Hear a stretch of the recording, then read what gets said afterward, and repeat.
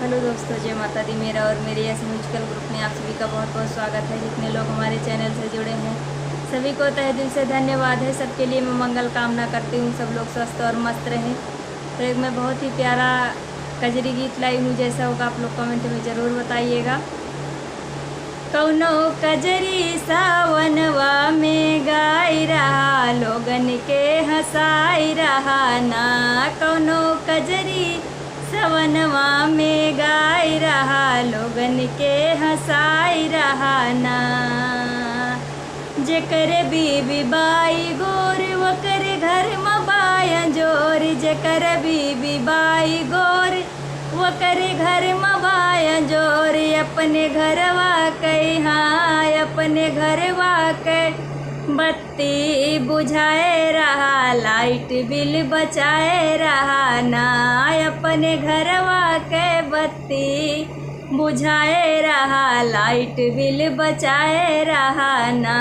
कौनो कजरी सवनवा में गाए रहा, लोगन के हंसाई रहा ना।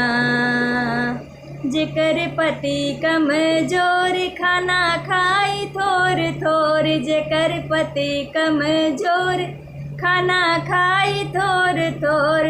हो गीत गावै माँ गीत गावै माँ पुरती दिखाई रहा, राम गुण गाई रहा ना। गीत गावै माँ फुर्ती दिखाई रहा, राम गुण गाई रहा ना। जेकर बीबी बाट मोट ओकर घर में बड़ा नोट, जेकर बीबी बाई मोट ओकर घर में बड़ा नोट। गाड़ी बंगला माँ गाड़ी बंगला माँ पैसा लुटाई रहा, मौज खूब उड़ाई रहा ना। हो गाड़ी बंगला माँ पैसा खूब लुटाई रहा, मौज खूब उड़ाई रहा ना। जेकर पति बाट सांवर उनके माथे बड़ा पावर, जेकर पति बाट सांवर ओकर माथे बड़ा पावर। राजनीति माँ सिक्का जमाए रहा, इनकम बढ़ाए रहा ना। राजनीति माँ सिक्का जमाए रहा, इनकम बढ़ाए रहा ना। जेकर बीबी बाई लंबी जैसे बसवा के डंडी, जेकर बीबी बाई लंबी जैसे बसवा के डंडी। उनके लाली लिपस्टिक मंगाए रहा, शौक खूब पुराए रहा ना।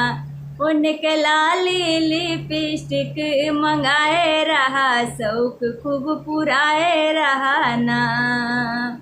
जेकर बीबी बाई छोट मन में उनके ना खोट, जेकर बीबी बाई छोट उनके मन में ना खोट।